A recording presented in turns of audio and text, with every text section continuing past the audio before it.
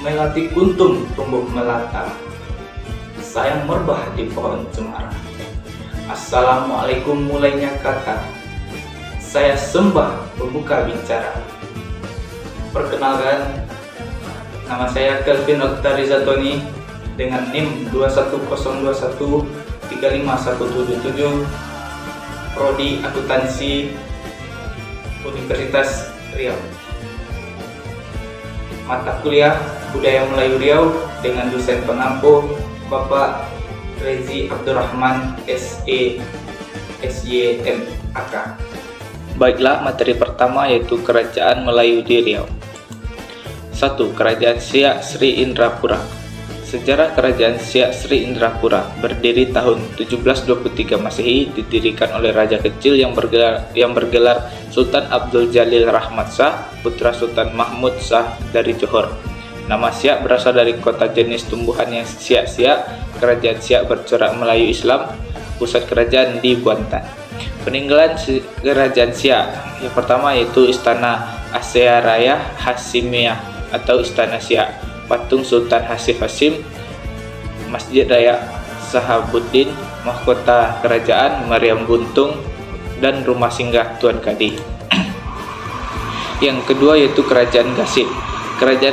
Sejarah Kerajaan Gasib yang pertama yaitu berdiri pada abad ke-14 dan 15 setelah runtuhnya Kerajaan Sriwijaya pada akhir abad ke-13, terletak di Sungai Gasib di hulu Sungai Siak, runtuh pada abad 1622 Masehi.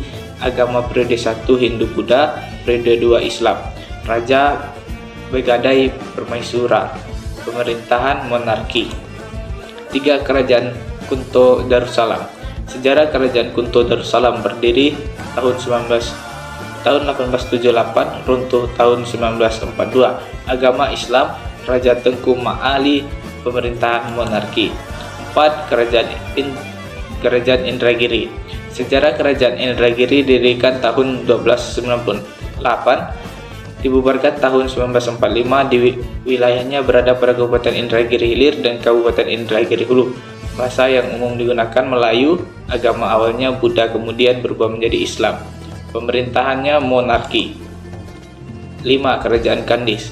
Sejarah Kerajaan Kandis. Kerajaan ini diperkirakan berdiri pada 1 sebelum Masehi, mendahului berdiri Kerajaan Moluyu atau Dharmasraya di Sumatera Tengah, berdiri di Sumatera dan terletak di Koto Alam, masuk wilayah Lubuk Jambi, Kabupaten Kuantan Singi, Riau.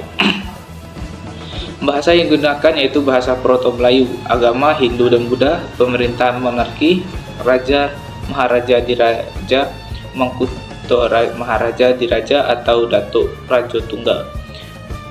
Lambang Kerajaan Kandis sepasang bunga rayu berwarna merah dan putih, kerajaan tertua di Indonesia.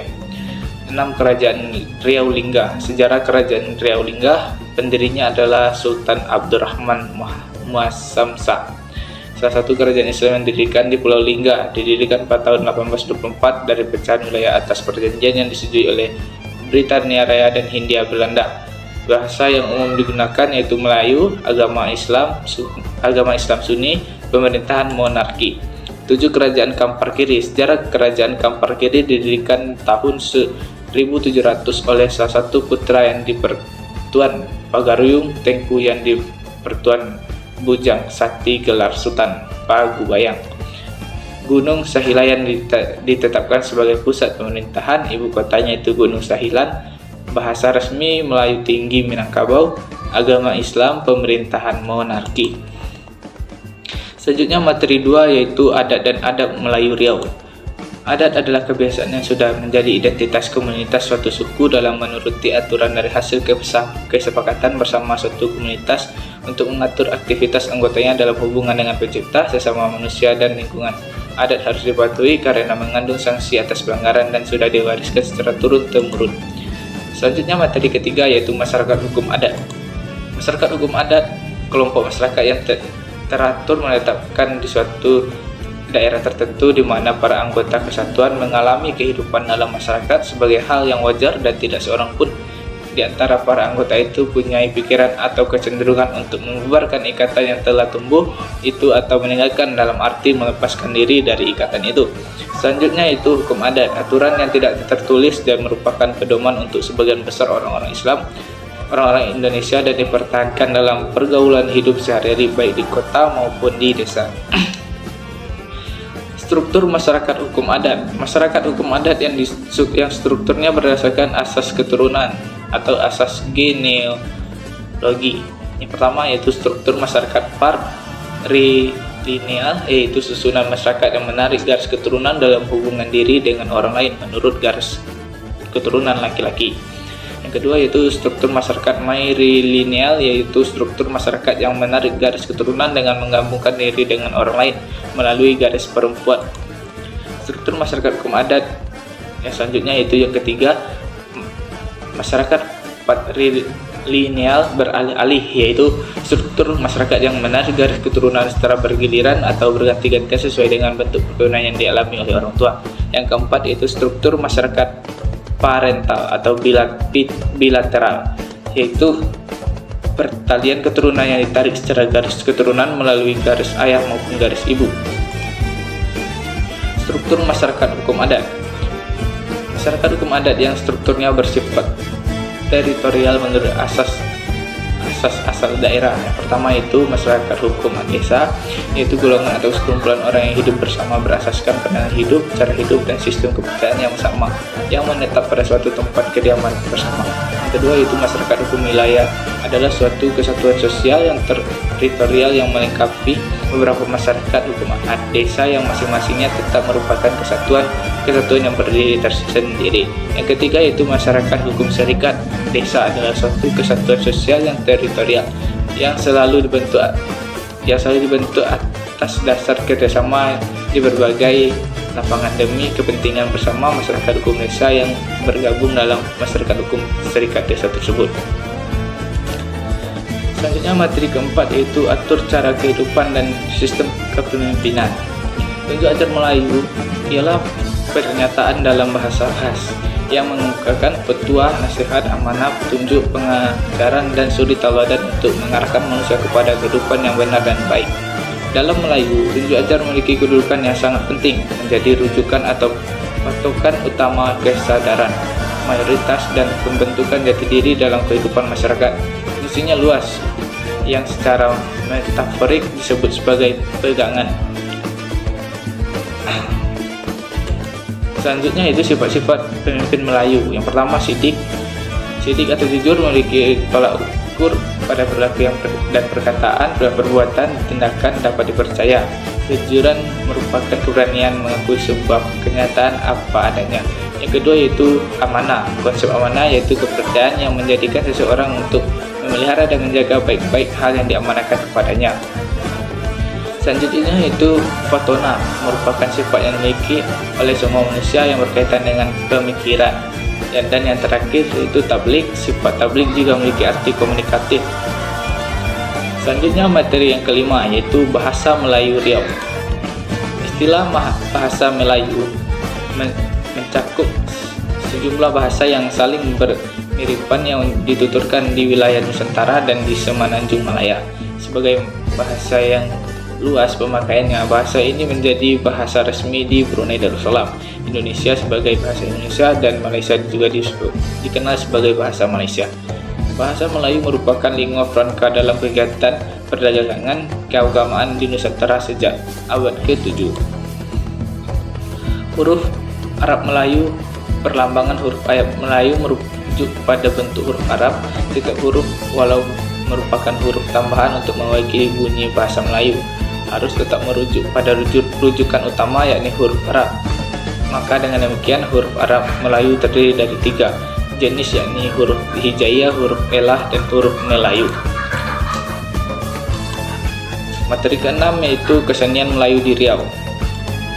Kesenian Riau adalah merupakan kesenian yang terdapat di wilayah Riau. Salah satu kesenian Nusantara ini paling kental dengan budaya Melayu, sehingga layak kiranya jika kesenian Riau disebut sebagai pusat budaya Melayu di dunia dan menjadi tujuan utama pelacakan sumber budaya Melayu. Jenis-jenis kesenian Melayu Riau. Yang pertama itu seni tari, adalah seni yang menggunakan gerak tubuh secara beriringan yang dilakukan di tempat dan waktu tertentu untuk keperluan mengungkapkan perasaan, maksud, dan pikiran. Tarian dalam kebudayaan Melayu mengandung aspek gerak, irama, dan nyanyian. Berikutnya itu teater. Teater adalah istilah lain dari drama, tetapi dalam pengertian yang lebih luas, teater adalah proses pemilihan teks atau naskah, penafsiran, penggarapan, penyajian atau pementasan, dan proses pemahaman atau penikmatan dari publik atau audiens. Selain itu, istilah teater dapat diartikan dengan dua cara, yaitu dalam arti sempit dan dalam arti luas. Teater dalam arti sempit dideskripsikan sebagai sebuah drama, sedangkan dalam arti luas dipertunjukkan di atas pentas, disaksikan banyak orang yang berdasarkan atas naskah yang tertulis. Selanjutnya yaitu seni musik. Seni musik Melayu adalah aliran musik tradisional yang bermula dan berkembang di wilayah pantai timur Sumatera, Kalimantan, dan Semenanjung Malaya. Musik ini biasanya dinyanyikan oleh orang-orang dari suku bangsa Melayu yang tidak jarang diiringi pula dengan tarian khas Melayu setempat, misalnya tari persembahan dalam perhelatan atau pesta adat. Yang menarik dari aliran musik ini terletak pada susunannya yang terdiri dari lirik lagu yang mengandung syair yang disesuaikan dengan kehidupan sehari-hari dan penuh dengan tunjuk ajar. Selanjutnya materi yang ketujuh, tradisi lisan atau orality dan tradisi tulis literality. Pengertian tradisi lisan. Tradisi lisan merupakan salah satu cara penyampaian sejarah melalui lisan.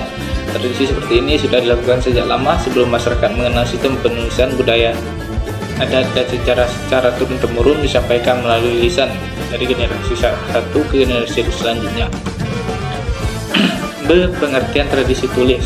Tradisi tulis yaitu penyampaian sejarah melalui tulisan yang berupa naskah itu dipandang sebagai cerita sastra karena teks yang disampaikan di dalam naskah itu merupakan suatu keutuhan dan pengungkapan pesan yang terbaca dalam teks secara fungsional berhubungan erat dengan filsafat hidup masyarakat pendukungnya.